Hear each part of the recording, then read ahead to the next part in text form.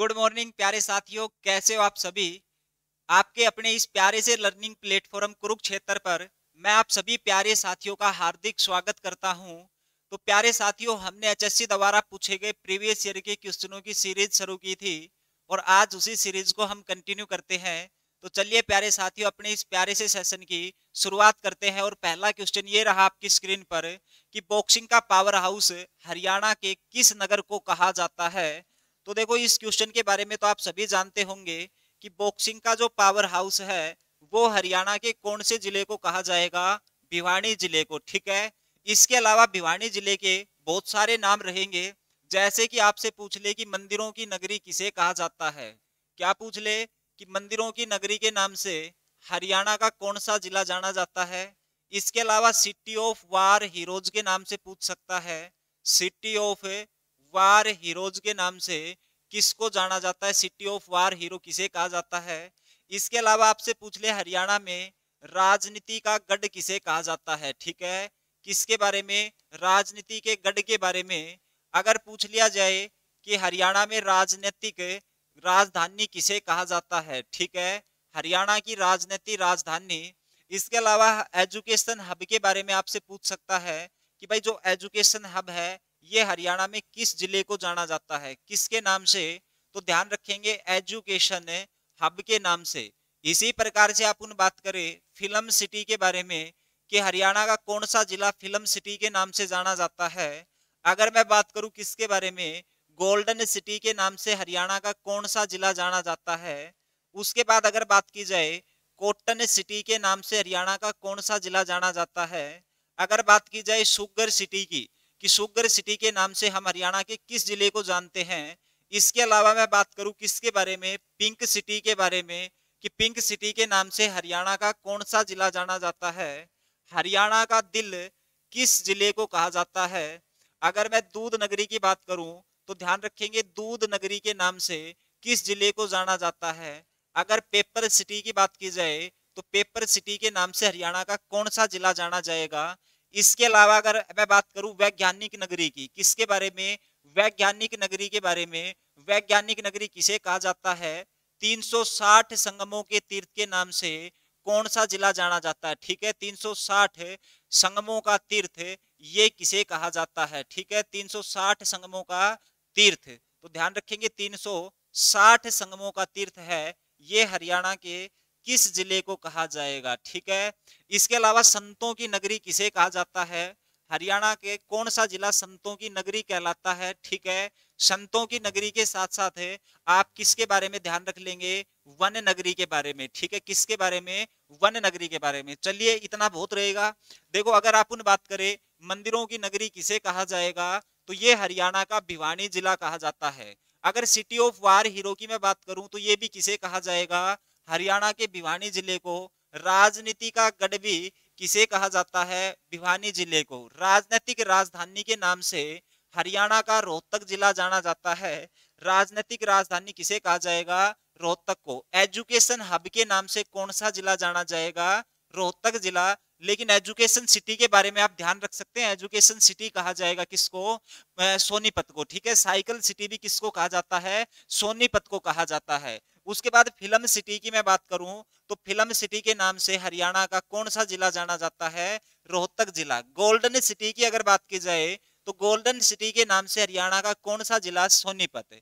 Cotton city की अगर अपन बात करें तो कॉटन सिटी के नाम से कौन सा जिला जाना जाता है, पलवल। सुगर सिटी की अपन बात करें तो सुगर सिटी के नाम से भी किस जिले को जाना जाएगा, पलवल जिले को। पिंक सिटी के नाम से हरियाणा का फतेहाबाद जिला। ठीक है। कौन सा जिला, फतेहाबाद जिला। हरियाणा का दिल किसे कहा जाता है, जींद जिले को। दूध नगरी के नाम से जींद को जाना जाता है। और पेपर सिटी की अगर अपन बात करें तो ध्यान रखेंगे यमुना नगर को कहा जाता है क्या, पेपर सिटी। उसके बाद वैज्ञानिक नगरी किसे कहा जाएगा तो ध्यान रखेंगे अंबाला जिला वैज्ञानिक नगरी के नाम से जाना जाता है। 360 संगमों का तीर्थ किसे कहा जाता है, कुरुक्षेत्र को। ठीक है। कुरुक्षेत्र को। ठीक है। सिटी ऑफ पार्क्स के नाम से भी जाना जाता है। ध्यान रखेंगे कुरुक्षेत्र को सिटी ऑफ पार्क्स के नाम से भी इसको जाना जाता है, कुरुक्षेत्र को। संतों की नगरी और वन नगरी के नाम से हरियाणा का कौन सा जिला जाना जाएगा तो वो जिला होगा हमारा कौन सा, सिरसा। ठीक है। अगर आपसे पूछ लिया जाए खनिजों का शहर किसे कहा जाता है, तो महेंद्रगढ़ को कहा जाता है। अगर आपसे पूछ ले सैनिकों का शहर किसे कहा जाता है, वीर भूमि या पित्तल नगरी के नाम से कौन सा जिला जाना जाता है, तो वो रेवाड़ी जिला जाना जाता है। अगर आपसे पूछ ले साइबर सिटी, सिलिकॉन सिटी, आर्थिक सिटी, आईटी हब इसके नाम से, या फिर मनोरंजन सिटी इसके नाम से हरियाणा का कौन सा जिला जाना जाएगा, गुरुग्राम जिला। अगर आपसे पूछ ले इस्पात नगरी के नाम से या स्टील सिटी के नाम से हरियाणा का कौन सा जिला जाना जाता है, तो वो हमारा जिला कौन सा हो जाएगा, वो हो जाएगा हिसार जिला। ठीक है, तो इस प्रकार से आप चीजों को याद करते हुए चलेंगे। चलिए आगे। उसके बाद है निम्नलिखित में से कौन सी नदी हरियाणा और उत्तर प्रदेश के मध्य सीमा बनाती है। देखो नदियों से आप देख रहे हैं डेली एक ना एक क्वेश्चन जरूर रहता है। और अगर मैं नदियों की बात करूं तो हम अलग अलग बार इसको डिस्कस कर चुके हैं। जैसे कि मैंने आपसे एक बार बताया था नदियों का उद्गम स्थान, एक बार मैंने बताया था कौन सी नदी किन किन जिलों से होकर जाती है। ठीक है, तो आज कुछ अलग करते हैं। और अलग क्या करते हैं, सबसे पहले तो इसका आंसर देख लेते हैं कि भाई निम्नलिखित में से कौन सी नदी हरियाणा और यूपी के बीच में सीमा का निर्धारण करती है, तो वो और कोई सी नदी नहीं, वो होगी हमारी प्यारी यमुना नदी। ठीक है, अब देखो यमुना नदी की आज हम पढ़ते हैं सहायक नदियां, इनकी क्या पढ़ेंगे, सहायक नदियां पढ़ेंगे। तो आप मेरे को यमुना की सहायक नदियां बताएंगे, तो ध्यान रखेंगे यमुना की सहायक जो नदी होगी वो कौन सी होगी, पथराड़ा नदी। ठीक है, कौन सी नदी होगी, पथराड़ा नदी। इसके साथ साथ कौन सी नदी होगी, सोम नदी। सोम नदी के बाद ध्यान रखेंगे सहाबी नदी को, किस नदी को, सहाबी नदी को। और एक हो जाएगी हमारी कौन सी, बूढ़ी यमुना। कौन सी नदी, बूढ़ी यमुना। ये सारी की सारी हमारी क्या है, यमुना की हरियाणा में सहायक नदियां। उसके बाद आगे बात कर लेते हैं हम कौन सी नदी के बारे में, घग्गर नदी के बारे में, कि घग्गर नदी की सहायक नदियां कौन कौन सी होंगी। तो देखो घग्गर की अगर मैं सहायक नदियां की बात करूं तो ध्यान रखेंगे इसकी जो सहायक नदियां होगी वो एक तो होगी कौशल्या नदी। कौन सी होगी, कौशल्या नदी। एक होगी झांझरा नदी। कौन सी, झांझरा नदी। एक मारकंडा के बारे में आप ध्यान रखेंगे, किसके बारे में, मारकंडा के बारे में। एक टांगड़ी नदी भी इसी की सहायक नदी होगी। और एक नदी होगी हमारी चेतांग नदी। कौन सी नदी, चेतांग नदी। ये किसकी सहायक नदियां हैं, ये है घग्गर की सहायक नदियां। इसी प्रकार से अगली नदी आती है हमारी मारकंडा नदी। कौन सी नदी, तो ध्यान रखेंगे मारकंडा नदी। और इस मारकंडा नदी की सहायक नदियां ध्यान रखेंगे तो मारकंडा नदी की सहायक नदी कौन कौन सी हो जाएंगी, चार हैं। तो वो कौन सी, रण नदी हो गई। ठीक है, रण नदी के बारे में ध्यान रखेंगे। इसके अलावा बेगना नदी। ठीक है, कौन सी, बेगना नदी। और बेगना के बाद नकटी नदी के बारे में ध्यान रखेंगे। और चौथी नदी कौन सी हो जाएंगी, टांगड़ी नदी। ठीक है, और ध्यान रखेंगे टांगड़ी जो नदी है वो घग्गर की भी सहायक नदी है और मारकंडा की भी क्या रहेगी, सहायक नदी रहेगी। ठीक है, क्योंकि टांगड़ी नदी आपको पता है दो जलधाराओं में विभाजित हो जाती है। जो उत्तरी जलधारा है वो घग्गर नदी में गिरती है और दक्षिणी जो जलधारा है उसकी वो कौन सी में, मारकंडा नदी में गिरती है। ठीक है, उसके बाद आगे बात कर लेते हैं हम टांगड़ी नदी की। ये जो टांगड़ी नदी है इसकी सहायक नदी कौन सी होगी, किसकी, टांगड़ी नदी की सहायक नदी। ठीक है, तो टांगड़ी नदी की सहायक नदी ध्यान रखेंगे आमटी नदी। कौन सी, आमटी नदी। इसी को किसकी, दादरी या शहजादपुर वाली नदी के नाम से भी जाना जाता है। दादरी या शहजादपुर वाली क्या कहा जाएगा, इसको नदी कहा जाएगा। ठीक है, किसको, टांगड़ी नदी को। अब देखो ये जो आमटी नदी या दादरी या शहजादपुर वाली नदी है इसका उद्गम कहां से होता है, तो ध्यान रखेंगे इसका जो उद्गम होता है ये यमुना नगर के रादौर से बताया जाता है। ठीक है, उसके बाद आगे बात कर लेते हैं सहाबी नदी के बारे में। चलो एक नदी और पढ़ लेते हैं, इसकी और सहायक नदी देख लेते हैं कि सहाबी की सहायक नदी कौन कौन सी होंगी। तो देखो अगर मैं सहाबी नदी की सहायक नदी की बात करूं तो ध्यान रखेंगे इंदौरी नदी। किसके बारे में, इंदौरी नदी इसी की सहायक नदी है। एक नदी आती है बरकानिया नदी। ठीक है, कौन सी नदी, बरकानिया नदी। उसके बाद एक आती है कृष्णावती। ठीक है, और इसी कृष्णावती को हम क्या बोल देते हैं, कसाउती नदी। कौन सी नदी बोल देते हैं, कसाउती नदी। तो कौन कौन सी हो गया, इंदौरी नदी हो गया, बरकानिया, कृष्णावती, कसाउती। और एक नदी और बचती है हमारी जिसको हम क्या कहेंगे, दोहन नदी। कौन सी नदी, दोहन नदी। ये सारे की सारी किसकी सहायक नदियां हैं, सहाबी नदी की सहायक नदियां हैं। इसके अलावा आप ये भी ध्यान रख सकते हो हरियाणा की सबसे महत्वपूर्ण नदी कौन सी है, यमुना। बारहमासी नदी कौन सी रहेगी? यमुना रहेगी। हरियाणा की सबसे महत्वपूर्ण मौसमी नदी कौन सी होगी? तो वो घग्गर नदी होगी, ठीक है। उसके बाद दक्षिण हरियाणा की सबसे महत्वपूर्ण नदी कौन सी होगी? साबी नदी होगी। इसकी लंबाई पूछ ले तो साबी नदी 120 किलोमीटर हरियाणा में बहती है। मारकंडा नदी 90 किलोमीटर बहने का काम करती है। और जो घग्गर नदी है ये 241 किलोमीटर हरियाणा में बहती है। और उसके अलावा अगर यमुना नदी की बात करें तो ये 320 किलोमीटर हरियाणा में बहने का काम करती है, ठीक है। तो अगर आप इसी प्रकार से चीजों को पढ़ेंगे तो आपका ज्यादा से ज्यादा जो क्वेश्चन है वो एग्जाम में आप कर पाएंगे, ठीक है। तो ध्यान रखेंगे इसी प्रकार से आपको चीजों को पढ़ते हुए चलना है, ठीक है। और ये चीजें ना अपने आप धीरे धीरे याद होने लग जाएंगी। देखो जो भी स्टूडेंट है ना वो शुरुआत से लेके अगर एंड तक मेरे साथ जुड़ा रहा और एक एक क्लास उसने देखी तो वो लास्ट क्लास जिस दिन होगी उस दिन वो अपने आप ही महसूस करेगा कि कितना क्या नाम है उसने डेवलप किया है, कितना यहाँ से गेन किया है, ठीक है। तो ध्यान रखेंगे शुरू से लेके और लास्ट तक आपको जुड़े रहना है। मैं एक एक क्वेश्चन जो आज तक एचएससी ने एग्जाम में पूछा है वो एक एक क्वेश्चन डिस्कस करूंगा, ठीक है। और ये सीरीज जैसे ही हमारी समाप्त होगी तो उसके बाद मैं आपको करंट भी बहुत बेहतरीन तरीके से करवाऊंगा, ठीक है। तो ध्यान रखेंगे, चले आगे। उसके बाद आगे बात आती है राष्ट्रीय राजधानी क्षेत्र एनसीआर में कौन सा नगर शामिल है? तो देखो कौन सा नगर शामिल नहीं है, ये गलती कभी मत करना एग्जाम में कि राष्ट्रीय राजधानी क्षेत्र एनसीआर में कौन सा नगर शामिल नहीं है। तो क्वेश्चन की स्टेटमेंट ध्यान से पढ़नी है। देखो कौन सा शामिल नहीं है, तो मैं आज अगर वर्तमान की बात करूं, आज की अपडेटेड बात करूं तो राष्ट्रीय राजधानी क्षेत्र में हरियाणा के 14 जिले शामिल हैं। कितने जिले? तो हरियाणा के 14 जिले इसमें क्या हैं? शामिल हैं आज के दिन वर्तमान में। अब इन 14 जिलों को याद कैसे रखें? बड़ा आसान है याद रखना। देखो जीटी रोड की अपन बात करें तो करनाल से शुरू हो जाना, दिल्ली तक आ जाना। कितने जिले पड़ेंगे? 3 जिले पड़ेंगे। कौन कौन से पड़ेंगे? तो ध्यान रखेंगे एक तो करनाल, करनाल से अगला स्टेशन आएगा पानीपत जब दिल्ली की तरफ आएंगे। पानीपत के बाद आएगा कौन सा? सोनीपत, ठीक है। फिर दूसरी बेल्ट को शुरू करना जींद से, ठीक है। और दिल्ली तक पहुंचा दो इसको, तो जींद। और जींद के बाद आप आओगे कहां पे? रोहतक। और रोहतक से आप कहां पे? झज्जर आओगे, ठीक है। उसके बाद आप भिवानी से शुरू करना, ठीक है। और भिवानी से कौन से हो जाएंगे? भिवानी हो जाएगा। भिवानी के बाद चरखी दादरी हो जाएगा। दादरी के बाद आप महेंद्रगढ़ में, और महेंद्रगढ़ के बाद रेवाड़ी हो जाएगा। कौन सा? रेवाड़ी हो जाएगा, ठीक है। कितने जिले हो गए? 1 2 3 4 5 6 7 8 9 10। अब बचे 4 जिले। 4 जिले कौन से? तो गुरुग्राम के लगते 4 जिले। गुरुग्राम हो गया। गुरुग्राम के बाद कौन सा है? फरीदाबाद हो गया। फरीदाबाद के बाद एक नूह, और एक कौन सा हो गया? पलवल जिला हो गया, ठीक है। तकरीबन हरियाणा का 28,000 किलोमीटर वर्ग किलोमीटर जो एरिया है वो दिल्ली एनसीआर को कवर करता है, ठीक है। तो ये आपको ध्यान रखना है। हरियाणा के 14 जिले एनसीआर में क्या है? शामिल हैं। और इन सभी जिलों में से ऑप्शन में दिया हुआ कौन सा जिला नहीं है? तो वो नहीं है हिसार जिला। और इसका आंसर क्या आ जाएगा? हिसार आ जाएगा, ठीक है। चलिए अगले क्वेश्चन पे। अगला क्वेश्चन क्या कह रहा है कि सबसे बाद में गठित जिला कौन सा है? तो भाई सबसे बाद में किस जिले का गठन हुआ है? तो देखो इस प्रकार के क्वेश्चनों को हम बार बार करते हैं। हरियाणा के गठन के समय आप सभी जानते हैं 7 जिले थे। कितने जिले थे? 7 जिले थे। किसके समय? हरियाणा के गठन, हरियाणा के गठन के समय कितने जिले थे? तो वो जिले थे कितने? 7। आज के दिन कितने हैं? 22 जिले हैं। कितने नए बन गए? 15 जिले नए बने। और वो किस प्रकार से बने सभी की एक बार चर्चा कर लेते हैं।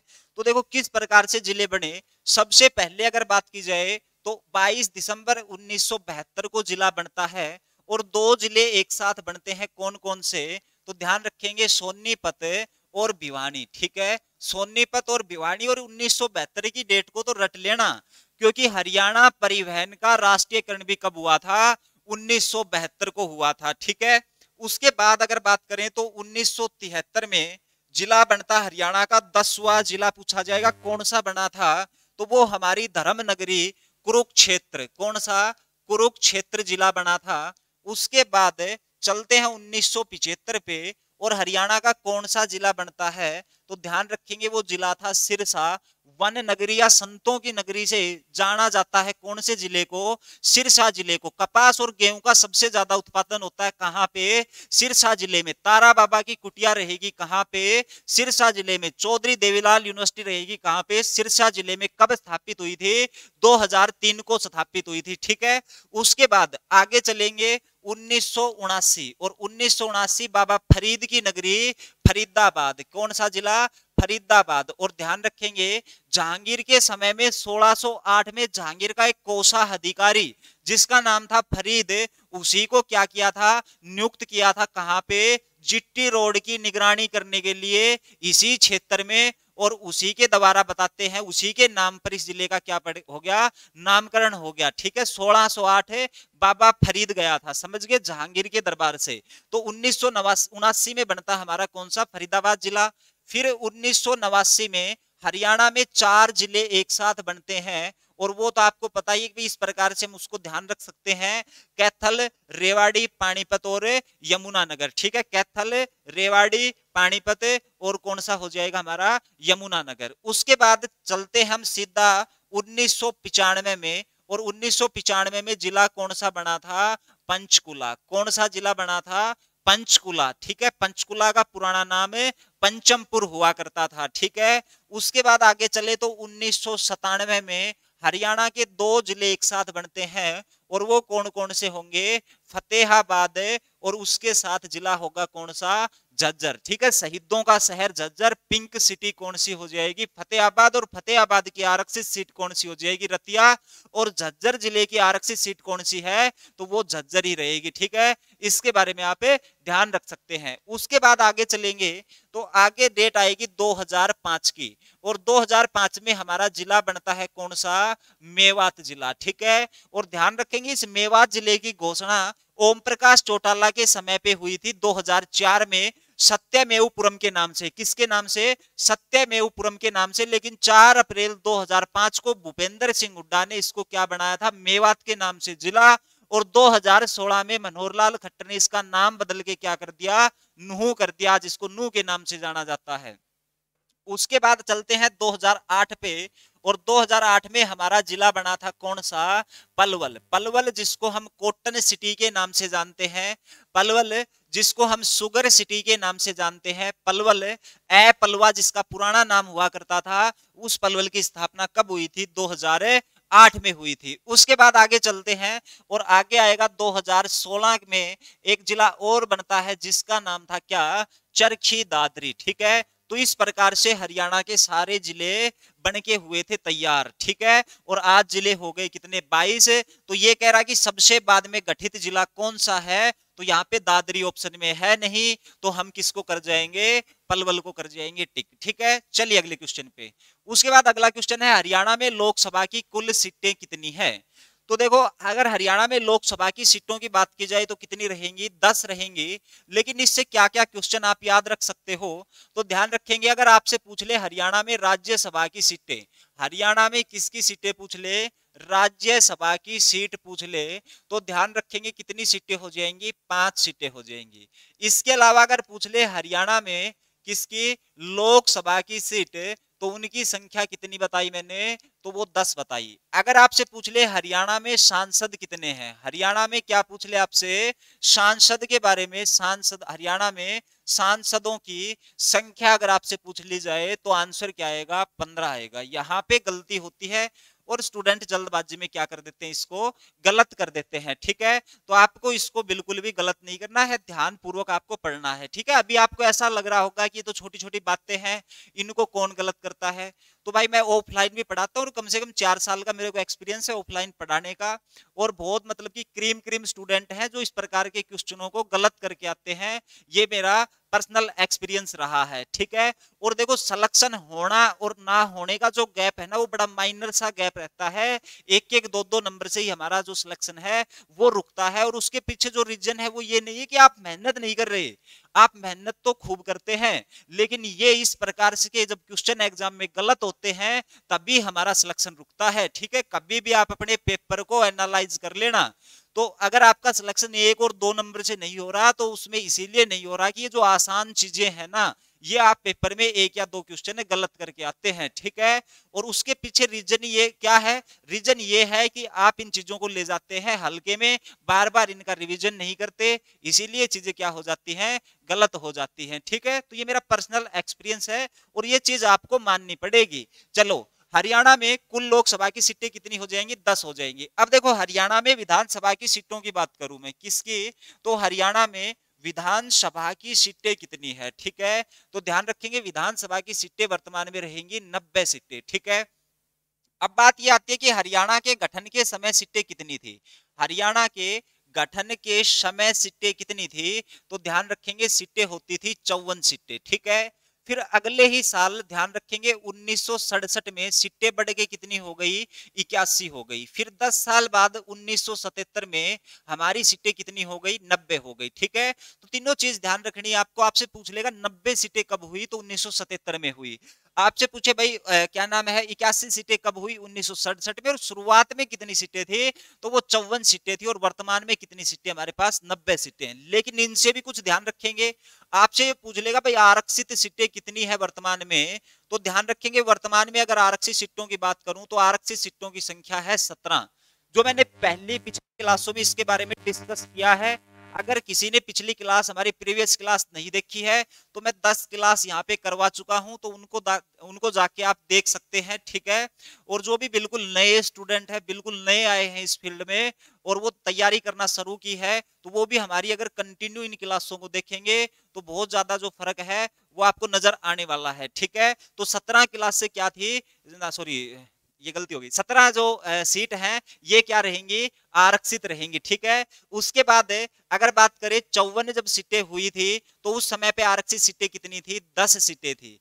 अगर 81 सीटें हुई उस समय पे आरक्षित सीटों की संख्या बढ़ के कितनी हो गई, 15 हो गई। और जब 90 सीटें हुई, जब आरक्षित सीटें कितनी हो गई, 17 हो गई। तो ये चीज भी आप ध्यान रख सकते हैं, ठीक है। तो कभी इन सीटों के बारे में भी चर्चा कर लेंगे कि किस जिले की कौन कौन सी सीट है वो आरक्षित है, ठीक है। इसके अलावा चयनी के बारे में ध्यान रखो तो गठन के समय राज्यसभा की सीट भाई 4 थी, और उसके बाद लोकसभा की जो सीट है ना वो कितनी हुआ करती थी, 9 हुआ करती थी गठन के समय। चलिए आगे। उसके बाद है सोनीपत के खेड़ी गुज्जर गांव में कौन सा तीर्थ है। तीर्थ बड़े पूछे जाते हैं एग्जाम में, और खेड़ी गुज्जर का जिक्र यहाँ पे हो रहा है, तो ध्यान रखेंगे खेड़ी गुज्जर सतकुंभा तीर्थ, ठीक है। खेड़ी गुज्जर गांव सोनीपत जिले में पड़ेगा, और ध्यान रखेंगे सोनीपत का खुबड़ू गांव मशरूम के लिए फेमस है, ठीक है। मशरूम सबसे ज्यादा, सबसे फेमस ही कहां पे है, सोनीपत की, और सोनीपत में भी खुबड़ू की सबसे उत्तम क्वालिटी की बताई जाती है मशरूम में। जिस प्रकार से क्या नाम है जो हमारा धान है, वो धान बताया जाता है फेमस कहाँ का, करनाल का। बासमती चावल के लिए करनाल फेमस है, करनाल को धान का कटोरा कहा जाता है, ठीक है। अब देखो सतकुंभा तीर्थ हमारा कहाँ पे रहेगा, खेड़ी गुजरे सोनीपत में रहेगा, ठीक है। इसी प्रकार से एक तीर्थ आता हमारा कौन सा, तो ध्यान रखेंगे एक तीर्थ आता हमारा हटकेश्वर तीर्थ। कौन सा तीर्थ है, तो ध्यान रखेंगे हटकेश्वर तीर्थ के बारे में, ठीक है। हटकेश्वर तीर्थ। एक तीर्थ आता है राजपुरा भैन तीर्थ, ठीक है। तो ध्यान रखेंगे राजपुरा भैन तीर्थ है, ये कहां पे रहेगा, इस तीर्थ के बारे में आपको पता होना चाहिए, ठीक है। इसी के अलावा एक हमारा तीर्थ आता है प्राची तीर्थ, ठीक है। कौन सा तीर्थ है, प्राची तीर्थ। एक तीर्थ आता है नरकात्री तीर्थ, ठीक है, नरकात्री तीर्थ। एक तीर्थ आता हमारा कामोद्धा तीर्थ। कौन सा तीर्थ, कामोद्धा तीर्थ, ठीक है। तो इनके बारे में आप मेरे को आंसर कर सकते हैं कि हरियाणा में ये तीर्थ कहां पर रहेंगे। देखो हटकेश्वर तीर्थ की बात करें, होट गांव जींद जिले में रहेगा। राजपुरा भैन तीर्थ की बात करें तो नाम से ही आपको पता चल रहा है, राजपुरा गांव का नाम है, और ये गांव किस जिले में आएगा, जींद जिले में। प्राची तीर्थ की बात करें तो कुरुक्षेत्र के पेहोवा में रहेगा। कौन सा प्राची तीर्थ है। नरकात्री तीर्थ की बात करें थानेसर कुरुक्षेत्र में रहेगा नरकात्री तीर्थ। कामोद्दा तीर्थ की अगर बात की जाए तो ये कहां पे रहेगा, कुरुक्षेत्र में स्थित रहेगा, ठीक है।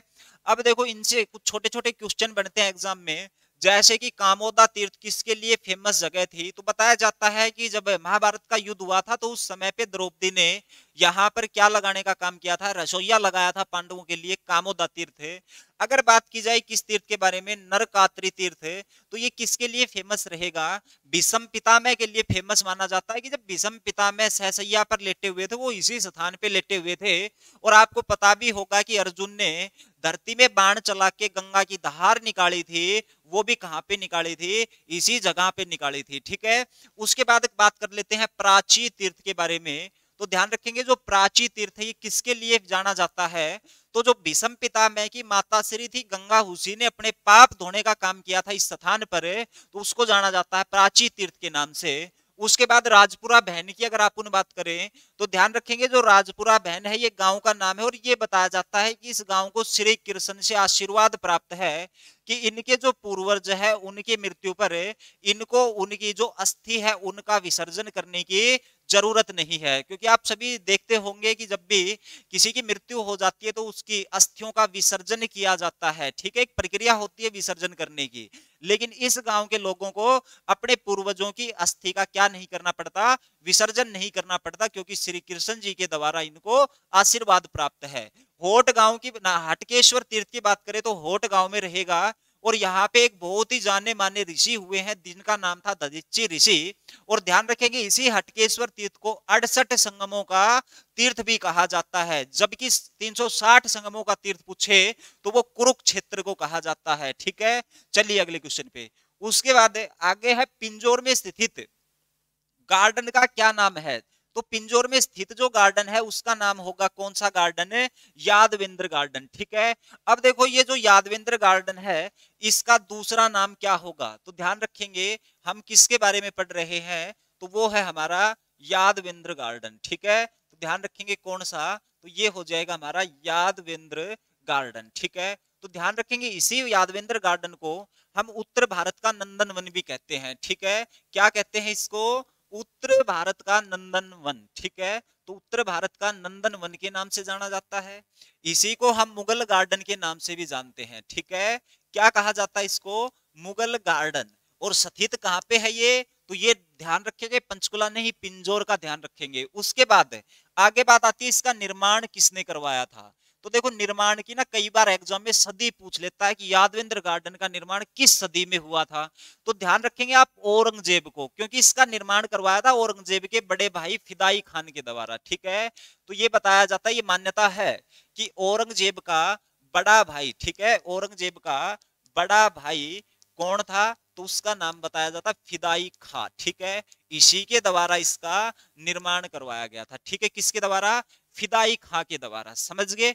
और अब बात आती है कौन सी सदी में इसका निर्माण हुआ, कौन सी सदी में इसका निर्माण हुआ, तो वो सदी कौन सी होगी, 17वीं सदी। कौन सी सदी, 17वीं सदी में इसका निर्माण हुआ। अब देखो ये जो पिंजौर में यादवेंद्र गार्डन है, यहीं पर आम का मेला लगता है। ठीक है, मैंगो मेला आपसे पूछेगा कहां पे लगता है, तो मोस्ट इंपोर्टेंट है, ध्यान रखेंगे यहाँ पे कौन सा मेला लगता है, तो ये मैंगो मेला लगता है। ठीक है, मैंगो मेला, आम मेला जुलाई के प्रथम सप्ताह के आसपास ये लगता है।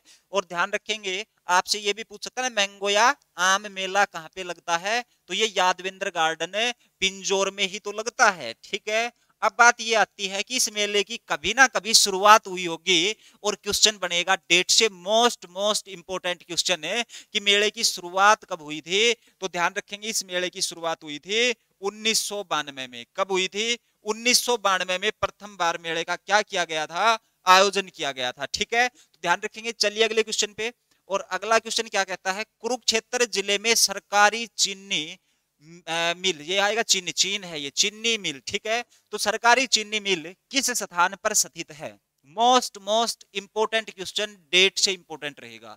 अब देखो एक हमारे पास शाहाबाद शुगर मिल। ठीक है, शाहाबाद जो चीनी मिल है या शुगर मिल है, शाहाबाद शुगर मिल या चीनी मिल, ये हमारी कब स्थापित हुई थी। ठीक है, इसकी आप बताएंगे डेट, क्योंकि आपको पता भाई कुरुक्षेत्र में वही तो एक चीनी मिल रहेगी, कौन सी, शाहाबाद, तो इसका आंसर तो शाहाबाद है। लेकिन क्वेश्चन घुमा के पूछ लिया कि भाई शाहाबाद चीनी मिल की स्थापना कब हुई थी। ठीक है, इसके अलावा एक हम पढ़ते हैं सरस्वती शुगर मिल के बारे में, किसके बारे में, तो वो हम पढ़ते हैं सरस्वती शुगर मिल के बारे में। ठीक है, तो इसकी स्थापना कब हुई थी, इसी प्रकार से अगर मैं बात करूं पेपर मिल के बारे में, ठीक है, पेपर मिल के बारे में इसकी स्थापना कब हुई थी। इसके अलावा अपन बात करें हरियाणा डिस्टिलरी के बारे में, किसके बारे में, हरियाणा डिस्टिलरी के बारे में, इसकी स्थापना कब हुई थी। हरियाणा डिस्टिलरी यानी कि जो शराब उद्योग है, इसकी स्थापना एक यमुना गैस लिमिटेड के नाम से आता है, यमुना गैस लिमिटेड। इस उद्योग की स्थापना कब हुई थी, ये आप मेरे को आंसर कर सकते हैं, ठीक है। तो चलिए इन्हीं के बारे में हम डिस्कस कर लेते हैं, ठीक है। तो अगर बात की जाए किसके बारे में, शाहाबाद चीनी मिल के बारे में, तो 1984-85 में इसकी क्या बताई जाती है, स्थापना बताई जाती है। यमुना गैस लिमिटेड की बात करें तो इसकी स्थापना हुई थी कब, 1973 में। कब हुई थी, 1973 में इसकी स्थापना हुई थी, ठीक है।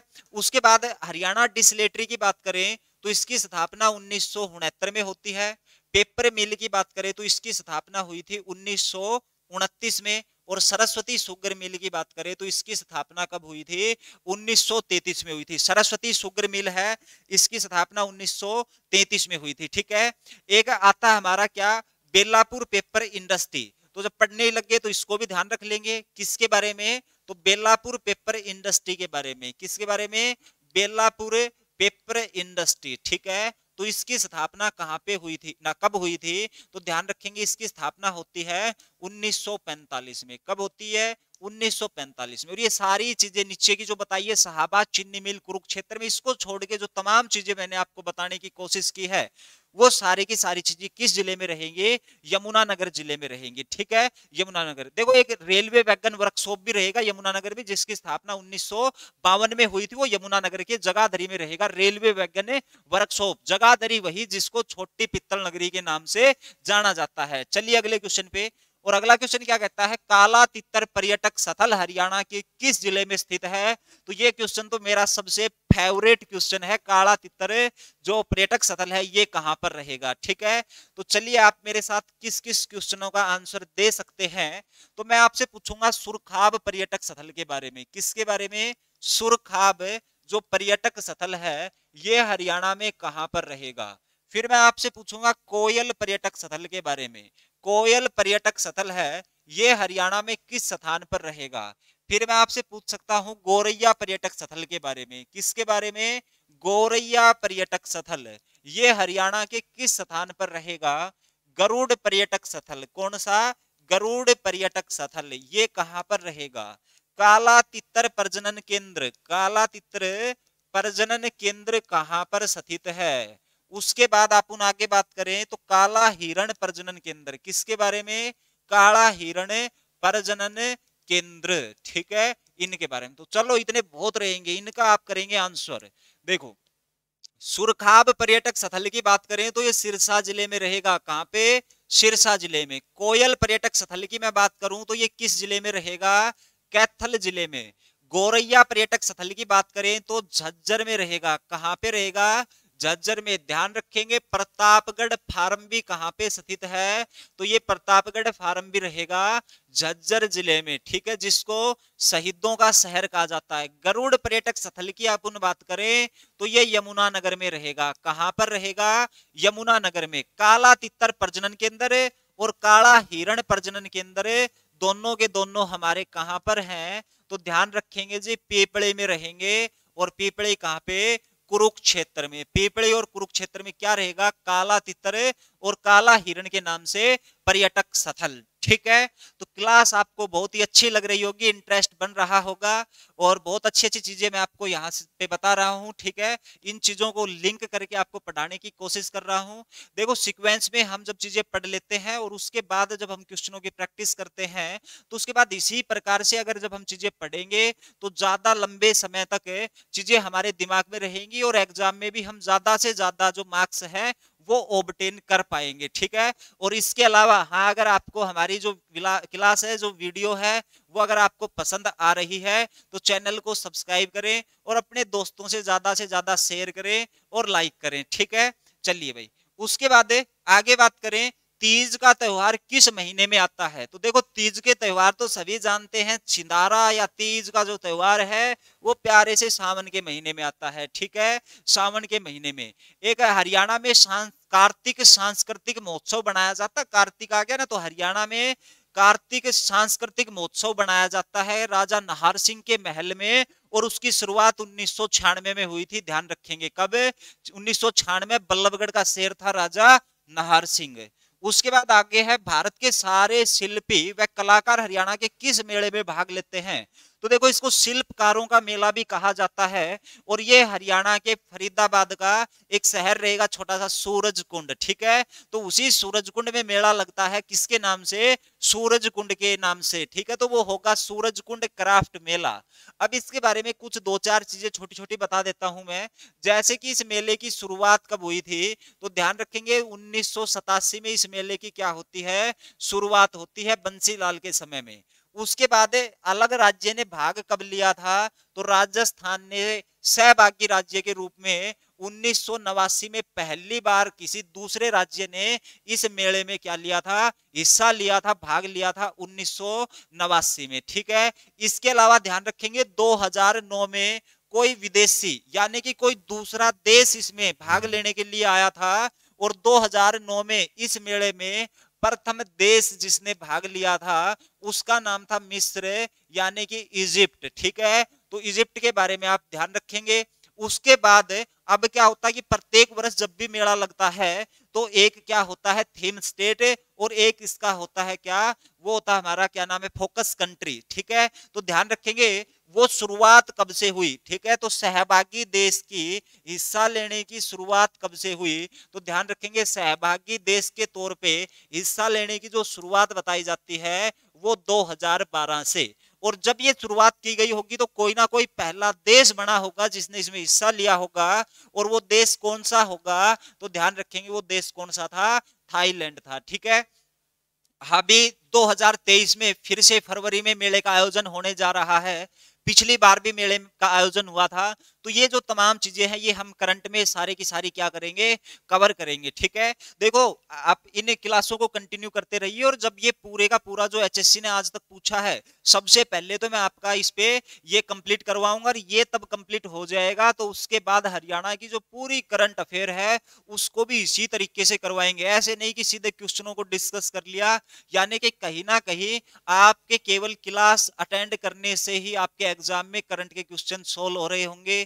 केवल क्लास अटेंड करने से ही मैक्सिमम जो क्वेश्चन है वो हरियाणा जीके के भी आपके सोल्व हो रहे होंगे। आपको एक्स्ट्रा कुछ करने की जरूरत नहीं पड़ेगी। ठीक है, क्योंकि हम चीजों को इतनी बार रिवाइज कर देंगे कि वैसे ही डाटा दिमाग में सेट हो जाएगा, लेकिन उसके लिए आपको डेली हमारी क्लास देखनी पड़ेगी।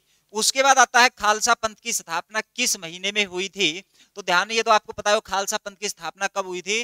बैसाख के महीने में हुई थी। ठीक है, उसके बाद अगला क्वेश्चन है हरियाणा में सदा बहने वाली नदी, तो इसके बारे में हम चर्चा कर चुके हैं, और वो नदी कौन सी है? यमुना नदी है, सदा बहने वाली नदी। उसके बाद अगला क्वेश्चन और शायद ही लास्ट क्वेश्चन रहेगा आज का, कि हरियाणा में स्वांग को प्रारंभ करने वाला कलाकार किसे माना जाता है? कि भाई हरियाणा में सांग को किसने शुरू किया था, या हरियाणा में सांग के जनक है, तो वो किसे माना जाता है? किशनलाल भट्ट मेरठ वाले। ठीक है, ध्यान रखेंगे किशनलाल भट्ट मेरठ वाले को माना जाता है। लेकिन कुछ नाम यहाँ पे दिए हुए हैं, और मेरे को ये देख के लग रहा है कि ये कहीं ना कहीं बहुत सारे जो सांगी है वो हमारा हरियाणा का जिला सोनीपत से आते हैं। बहुत सारे सांगी कहां से? सोनीपत से। तो मैं कुछ क्वेश्चन आपसे पूछने की कोशिश करता हूं, और मैं शुरुआत कुछ अलग ही करता हूं कि हरियाणा का गांधी किसे कहा जाता है? ठीक है, कुछ अलग करते हैं। हरियाणा का गांधी किसे कहा जाता है ये बताएंगे आप। उसके बाद हरियाणा के जॉन मिल्टन के नाम से किसको जाना जाता है? हरियाणा का क्या? तो ध्यान रखेंगे जॉन मिल्टन। सही चल रही है। हरियाणा का जॉन मिल्टन है वो किसे कहा जाता है? उसके बाद अगर अपन बात करें हरियाणा का शिरोमणि किसे कहा जाता है? हरियाणा के शिरोमणि के नाम से किसको जाना जाता है? उसके बाद आप आंसर कर सकते हैं हरियाणा का कालिदास किसे कहा जाता है? हरियाणा का कालिदास किसे कहा जाता है? सूर्य कवि के नाम से किसको जाना जाता है? संपूर्ण कविता का कालिदास, या क्या नाम है, चलो इतना ही कर लो फिर देख लेंगे। ठीक है, उसके बाद बात आती है हरियाणा का कालिदास और शेक्सपियर किसे कहा जाता है? हरियाणा का कालिदास और शेक्सपियर के नाम से किसको जाना जाता है? कालिदास और शेक्सपियर के नाम से किसको जाना जाता है? ठीक है, इसके अलावा एक क्वेश्चन और मेरे दिमाग में आ गया कि हरियाणा की गोल्डन गर्ल किसे कहा जाता है? क्या गोल्डन गर्ल के नाम से किसको जाना जाता है? और फिर मेरे को ध्यान आ रहा है एक व्यक्ति जिनका नाम था छज्जू राम। इस छज्जू राम का संबंध हरियाणा के किस जिले से है? ठीक है, तो चलो इन्हीं के बारे में आप आज मेरे को बताने की कोशिश करेंगे। अब जल्दी से आप कमेंट में इनका आंसर करेंगे, ठीक है, और उसके बाद मैं एक एक को आपके सामने क्या करूंगा, डिस्कस करूंगा, ठीक है। तो जल्दी से इनके क्या करने, आपको आंसर करने हैं। और एक बार चेक कर लेते हैं, ठीक है।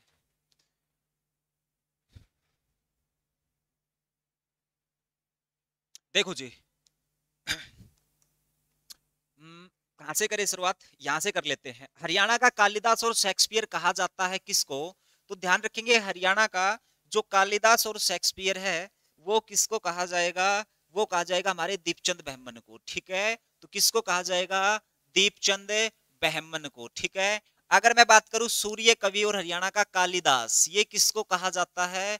तो वो कहे जाते हैं हमारे लक्ष्मी चंद, पंडित लक्ष्मी चंद का नाम ध्यान रखेंगे यहाँ पे, ठीक है। दिख तो रहा होगा ना भाई, इधर लक्ष्मी चंद है। उसके बाद हरियाणा की गोल्डन गर्ल, तो ये हॉकी की प्लेयर रहेगी ममता खरब, जो कि रोहतक से आती है। उसके बाद हरियाणा का शिरोमणि किसे कहा जाता है? तो हरियाणा का शिरोमणि कहा जाता है मांगे राम को। किसको? मांगे राम को। उसके बाद हरियाणा का गांधी, तो ये कहा जाता है मूलचंद जैन को, ठीक है। तो यहाँ पे आपको मूलचंद जैन का नाम ध्यान रखना है। अगर आप उन बात करें हरियाणा के जॉन मिल्टन की, तो ये दयाचंद माइना। कौन? दयाचंद माइना। और ये भी कहां से आते हैं? रोहतक से आते हैं, ठीक है। छज्जू राम की आप उन बात करें तो ये भिवानी से आते हैं, दानी सेठ हुए हैं छज्जू राम, जिनका संबंध कहां से? भिवानी से हो जाएगा, ठीक है। तो भाई उम्मीद करता हूं आपको हमारी क्लास और हमारा ये प्यारा सा सेशन आपको बहुत ही पसंद आया होगा, और ये आपके आगामी आने वाले exam Haryana CET D group के लिए बहुत ही हेल्पफुल साबित होगा, ठीक है। तो जो अगर आपको हमारा ये सेशन पसंद आया है तो इस चैनल को ज्यादा से ज्यादा सब्सक्राइब करें, ज्यादा से ज्यादा शेयर करें, और ज्यादा से ज्यादा क्या करना है, आपको लाइक करना है, ठीक है। तो गुरु दक्षिणा के रूप में केवल यही चीज है जो मैं आपसे मांग रहा हूं, ठीक है। तो चलिए कल फिर मिलते हैं इसी समय पे, और तब तक के लिए धन्यवाद। जय हिंद, जय भारत।